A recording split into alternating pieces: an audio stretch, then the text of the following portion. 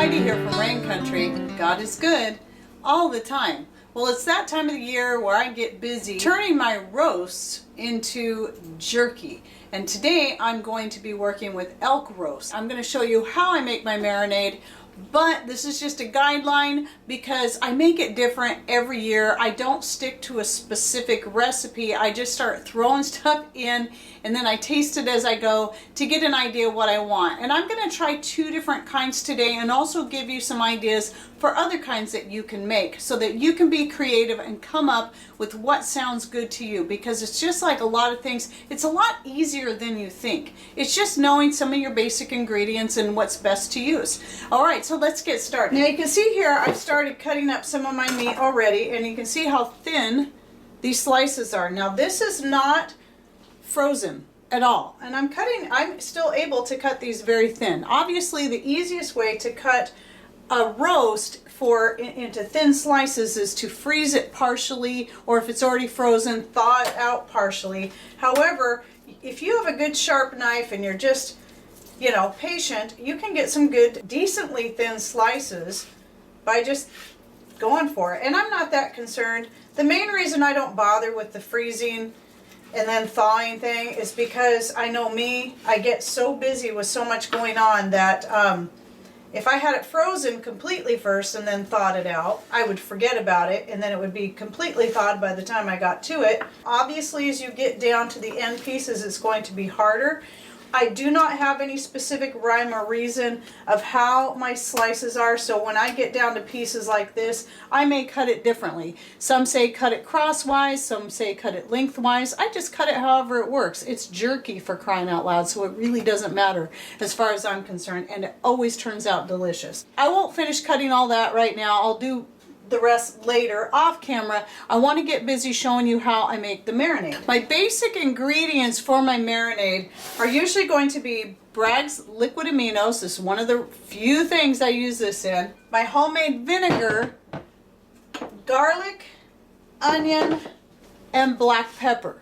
And then from there, I'll add other things depending on what I feel like adding to it. But typically, this is what I'm going to stick with. Oh, and then also I'll be adding some water to it depending on how strong I want the mixture.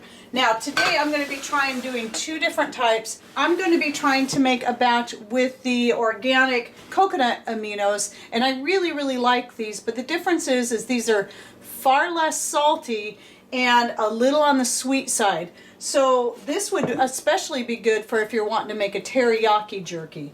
And I'll also be adding some of the black lava salt, and I'll link to this below. It's really good salt. It just kind of has its interesting places, but it's just a sea salt with coconut charcoal added to it, so it just has a different flavor. It's really good. So since the coconut aminos have very little salt content in them, I'm going to go ahead and use this in combination. But one has to keep in mind, this particular salt is very salty, unlike certain other mineral salts seem to be not as salty. So you got to adjust your ingredients accordingly. So let me start with this batch here. If I can remember, I'm going to try doing about one part, and that's the sauce. So 1 cup, and then 1 cup of the vinegar. And then I might add up to a cup of water. I'm going to taste it as I go, because I may not want to add water to this because of it just has a much lighter flavor than your soy sauce. And then I'll add maybe about a teaspoon of the black lava salt. Love black pepper in our jerky, so about 2 teaspoons of that. You're going to want to taste this before you add your meat to see if this is where you want it.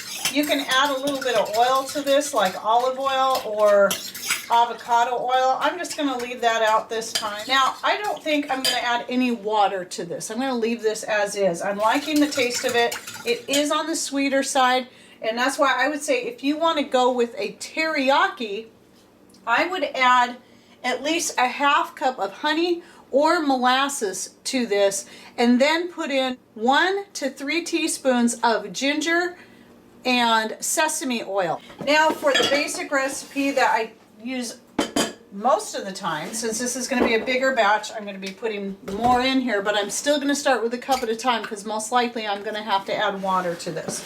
So we'll do 1 cup of the Bragg's Aminos. 1 cup of my homemade vinegar. This is the peach vinegar, by the way, if anybody's wondering. And then as far as the spices, I'm going to double up on the amount I use in this since it's going to be a bigger batch. Even though I'm starting off with less liquid, I want to see what it tastes like first. And obviously I'm not going to be adding any salt to this because it's going to be salty enough with the liquid aminos in there. A little more garlic. You know how it is. Okay, and then lots of black pepper. And then we're going to mix that in there. Now, I used to add liquid smoke to this, but there's a little bit of controversy over the liquid smoke and it being a carcinogen. However, if you decide to add it, you only need a tiny bit. It's just such a small amount and you're really getting very little of it in there. So just consider that. Again, I mean, we try to be as healthy as possible, but sometimes it's just nice to enjoy things that we really like and not have to live in fear of every little thing either.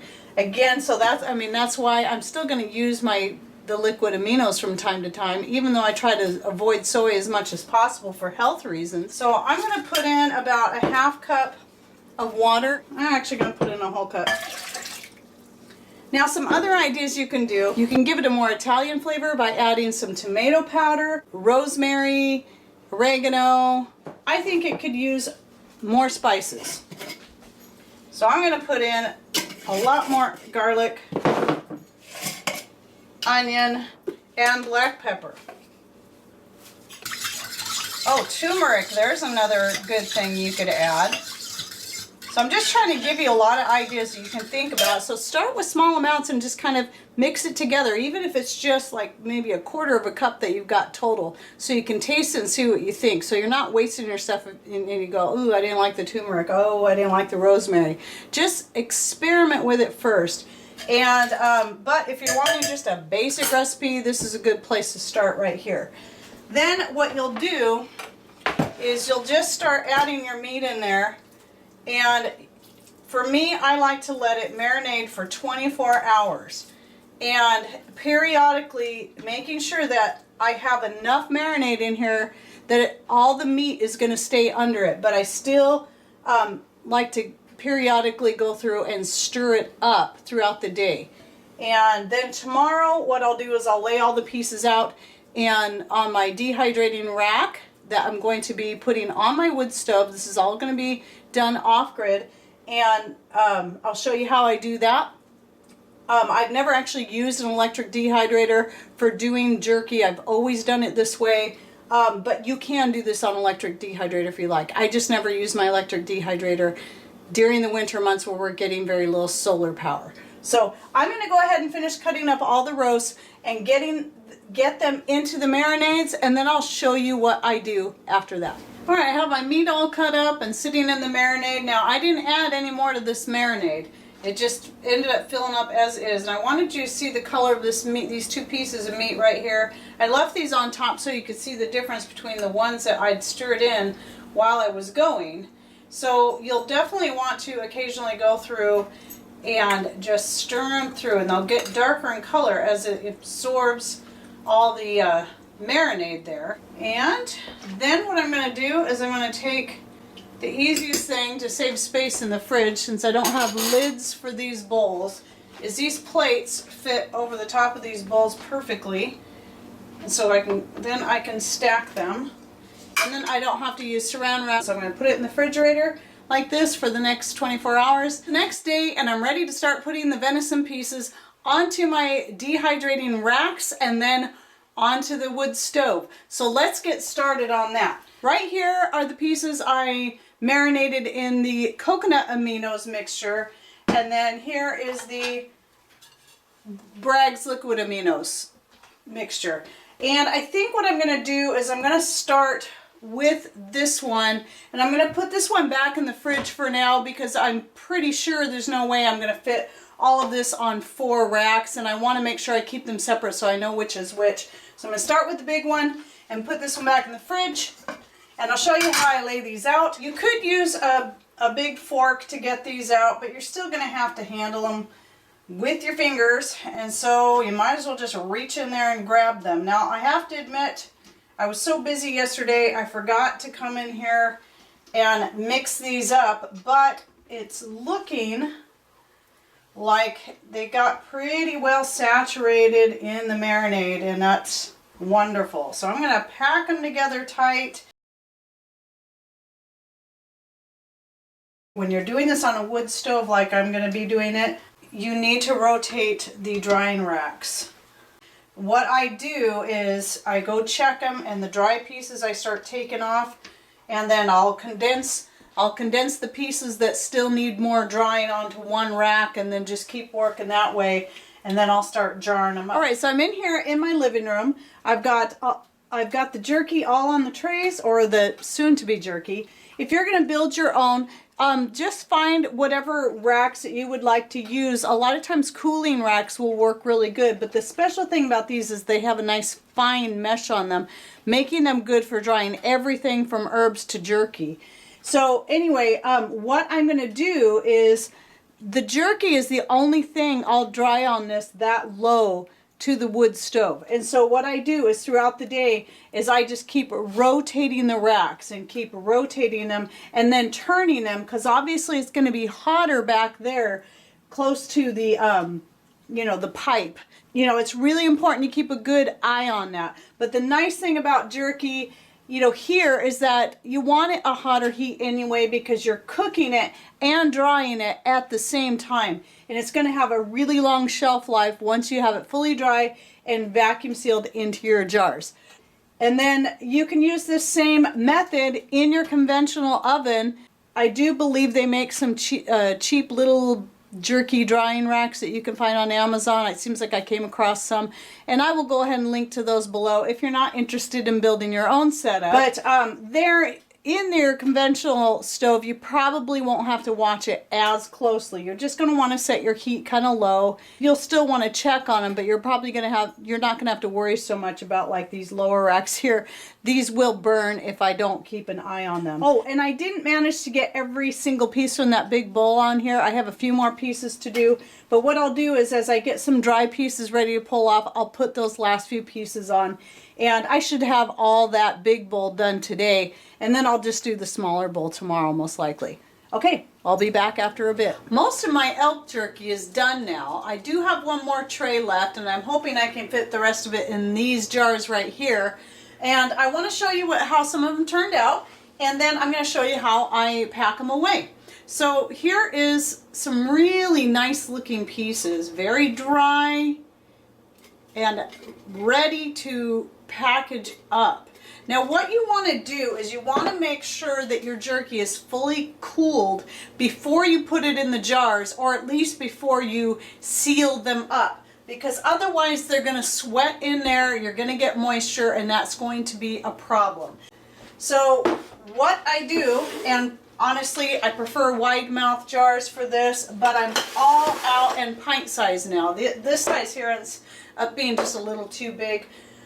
But I'm all out of my wide mouth pint sized jars. This one here is ready. You don't want to get it so full. I'll stick a couple more little pieces in here. Too full, or your jar will not properly seal.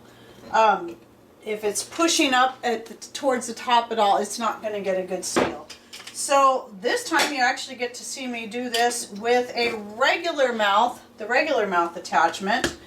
So that's why it's a good idea to get the set of 2. Yes, it'll come with a superfluous hose that you don't need if you have the brake bleeder, but if you're going to use your food saver, you're going to need that hose. Me, I like the brake bleeder because not only is it an off-grid way I can do this and a little more handy, I find it just seals better than the food saver does. So you just stick your tip in there of your brake bleeder, hold it in, and pump up to 15, which for this will be very quick.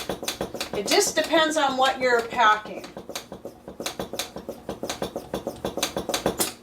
Okay, and then it should be all sealed. And then, since this previously had blackberry syrup in it, marked with permanent marker, I spray a little bit of isopropyl alcohol on there and we'll rub it in. Some of it scrubbed off when I washed the lid. Again, you can reuse these lids again and again and again for vacuum sealing like this. And then I'll just write on it elk jerky, and I like to go ahead and put the band on there good and tight just to make sure. It's just a safety measure, but it's probably not necessary. I've never had one of my jerky jars ever lose its seal. Alright, well I hope you enjoyed this video and that you learned something new. Thanks for watching. Take care and God bless.